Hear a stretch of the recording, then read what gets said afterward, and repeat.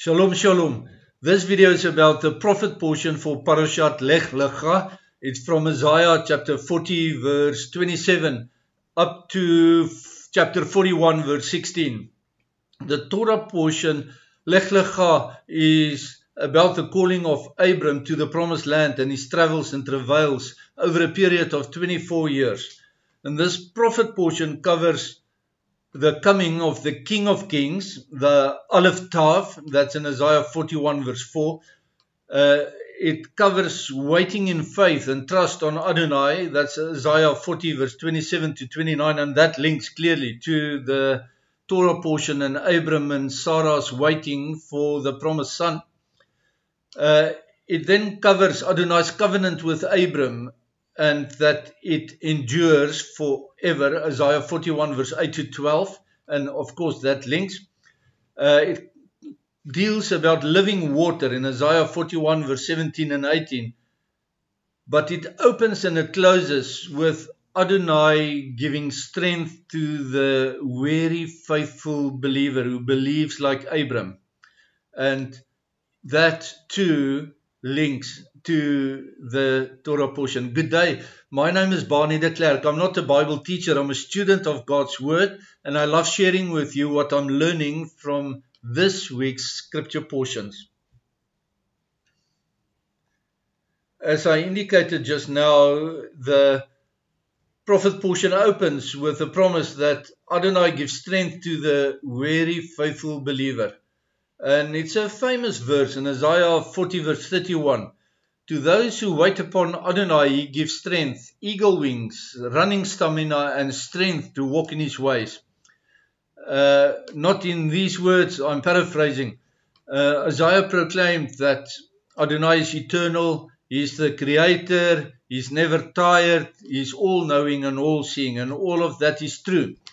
I want to point out to you in Isaiah 41 verse 1 to 7, and especially verse 2, that Isaiah writes about a conqueror that's coming from the east. And in verse 4, we read that it refers, this conqueror coming from the east, it's Adonai et Tsevaot. But it also refers to Cyrus in the future of when it was written, who conquered Babylon and returned the Jews to the land. But it also refers in a way to Abram, which which Abram came from Ur in the east to Canaan, the promised land. And so you can read this in the different Pardes levels of understanding.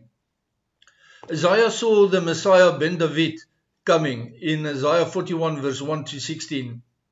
The Messiah, the son of David, brings justice, he submits nations and kings with his swords and bow, and then Isaiah identifies him as Adonai Et.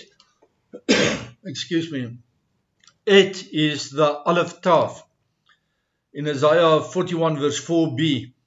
And I want to caution you that the Et is most often, no, not most often, but very often not translated.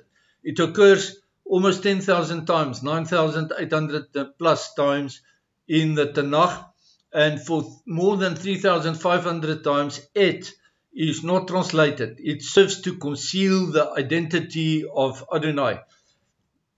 But here we are given a little ray of light into his identity.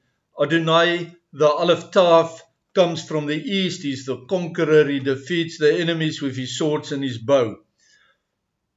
We first read about Elohim Et, Aleph Tav, in Genesis 1 verse 1, when he is the God who created the heavens and the earth. In Hebrew it says, Bereshit bara Elohim Et Hashemayim v'haaretz, the heavens and the earth, created by Elohim Et, the Aleph Tav. But the Et, Aleph Tav, not translated there to conceal him. And then we hear in Isaiah, we read about him in Isaiah 41 verse 4, 44 verse 6, and 48 verse 12 as well. So let's consider the meaning of the letters just before or in our search to reveal and discover his identity. His identity was finally revealed in the book of Revelation. But first, let's look at what does it mean, Et. Who is Et? Who's the Aleph Tav?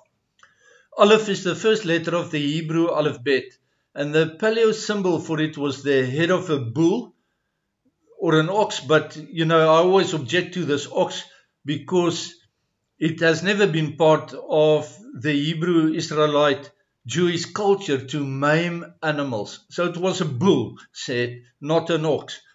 I found no source that indicate if the paleo letter was the head of a shore, which is a bovine, a domestic bull, or that you could use to plow with, or the head of a re'em. A re'em is the Hebrew name for an aurochs. Aurochs bos primigenius. It is an ancient species of bovine. It was very big, almost 2 meters high on the shoulders, and it had a very aggressive temperament. It could not be tamed. I looked whether it was related to buffaloes, but it's a different genus. But by all accounts, it sounds that the temperament of an aurochs was very similar to an African buffalo. I favor that the letter Aleph represents the head of a re'em rather than a shore, simply because of its size and its strength and its temperament that could not be tamed.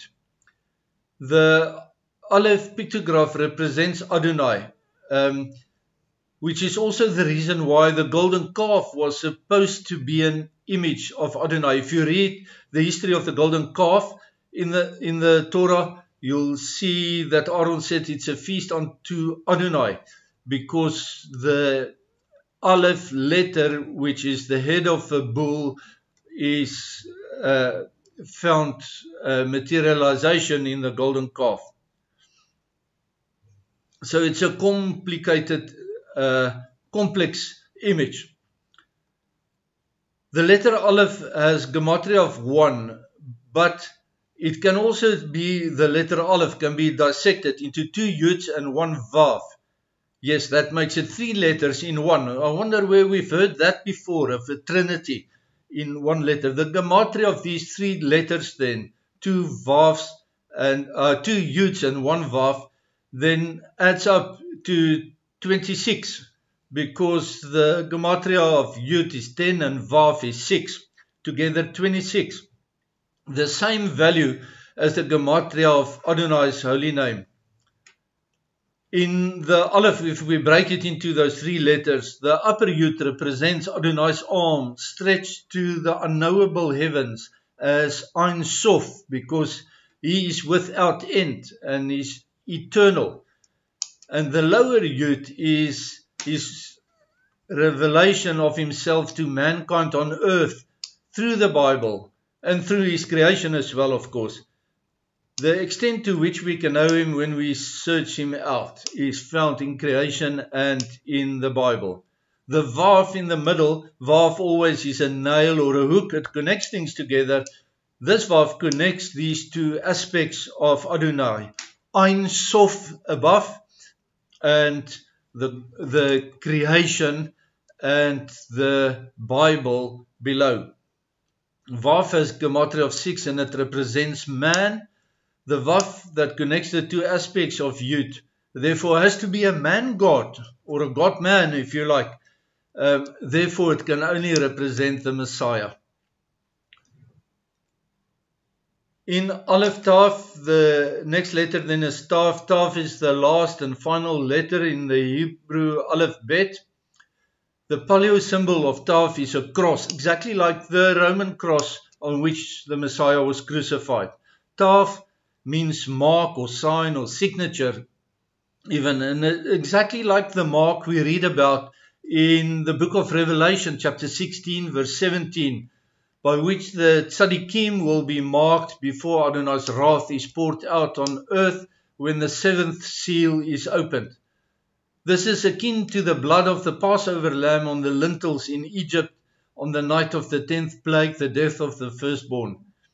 Tavs, the letter Tav's gematria is 400. 400 is not merely an angel's number, as spiritualists would tell you, but 400 consists of 8 times 50. That means 8 jubilees. 8 times the new beginning of a jubilee. And it refers to the end of time when eternity will kick in. Tav's, the letter Tav's Kabbalistic meaning is an address to Adonai. And the address is, your kingdom is the kingdom of all worlds. And that is indeed the truth. Tav is the secret of the power that links worlds and generations together, because Adonai is eternal. And now we can see the true identity of Et, the Aleph Tav, in the book of Revelation. Revelation 1 verse 8, Revelation 21 verse 6, and Revelation 22 verse 13. In chapter 1 verse 8, the revelation is, I am the Alpha and the Omega, who is and who was and who is to come. In Revelation 21 verse 6 we read, I am the Alpha and the Omega, the Aleph and the Tav, the beginning and the end. Revelation 22 verse 13, I am the Alpha and the Omega. Again, it means the Aleph and the Tav, the first and the last, the beginning and the end. So each one of these verses adds a little more detail about the identity of Et, the Aleph Tav. And if you still haven't guessed who it is, I'll leave it to yourself to discover it for yourself. Just go and contemplate your neighbor. Ask the Holy Spirit to reveal it to you. So to wait and trust in Adonai the Lord is the theme in Isaiah 41 verse 6. Isaiah says, Chazak, be strong. In Isaiah 41 verse 8 and 9, we are reminded that Adonai chose Abram and Abram's descendants forever. The relationship between Adonai and Abram's descendants, the people of Israel, is an eternal one. The church never replaced Israel, never replaced the Jews. Don't listen to the lies, read your Bible. Isaiah left no room for replacement theology. Through faith in Yeshua, we Gentiles do become adopted children of Abram into Israel. As Paul explained in Romans 11, that we are the wild shoots who are grafted onto the tree. Isaiah 41 verse 8 to 16 then returns to the theme that Adonai is our strength. He says, fear not, I am your God. He says it twice. He will give you strength, He will uphold you, He will help you. Adonai keeps His promise to Abram that no weapon against Israel will prosper, as we've just seen over the past 2 years. No enemy will endure. Israel will be like a threshing sledge over her enemies, like chaff. They will be blown away. And that's what Isaiah says. So I want to propose to you a prayer that we pray the scriptures. We pray the scriptures from Isaiah 41 verse 8 to 16. And then we can pray, Adonai Eloheinu, you choose Abram, and you brought his descendants from the end of the earth back to the land that you have promised to Abram. You chose them, you did not reject them, you promised to be with them. You promised to be their God, you promised to strengthen them, to help them and to uphold them with your righteous right hand. We pray that you will keep your promises to Israel in these dark days. They do not yet know that your righteous right hand refers to Yeshua the Messiah. And it is our prayer that you will reveal this to Israel so that all Israel will be saved. Adonai Elihu Israel, our prayer is that those who quarrel and contend and ward against Israel will be as nothing, and that they will perish as you promised. Our prayer is that you will uphold Israel's right hand in victory over their vile enemies. We pray that you will make Israel as a threshing sledge over them, that you will make those enemies like chaff, and that you will winnow them, and that you will blow them away. We pray that Israel will rejoice in you, Adonai. We pray that Israel will glory in you, the Holy One of Israel. Amen. That, I thought, is an example of how we could pray the scripture, and as I said, from Isaiah 41 in that case. Then in conclusion, Isaiah wrote about the proverb we spoke about last week as well. This week, Isaiah 41 verse 17 is equal to last week's prophet portion from Isaiah 55 verse 1, and also the same as this week's gospel portion. In the video that I will make after this one, it relates to the thirsty person who asks for water, and even ties back to Abram's search for a daughter-in-law, a wife for Isaac. Yes, it's marriage language again, and it links to the Gospel of John chapter 4 verse 14, where Yeshua is talking to the Samaritan woman at the well. Isaiah 41 verse 17 also links to John 7 verse 37, where Yeshua's call on the great day of the Feast of Sukkot during the water libation ceremony in the temple. And Isaiah 41:17 again links to Revelation 21 verse 6, Yeshua's words after the new heaven and the new earth is revealed. And finally to Revelation 22 verse 17, the Holy Spirit and the bride of the Lamb calls out in unison, quoting Isaiah. And this is the essence of Adonai's everlasting covenant with the descendants of Abram, with Israel.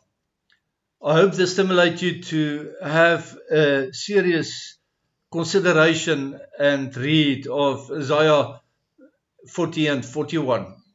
I pray that Adonai Eloheinu will bless you and keep you, that He will shine His face upon you and be gracious to you. I pray that He will lift His countenance upon you and that He will give you shalom. Shalom, shalom.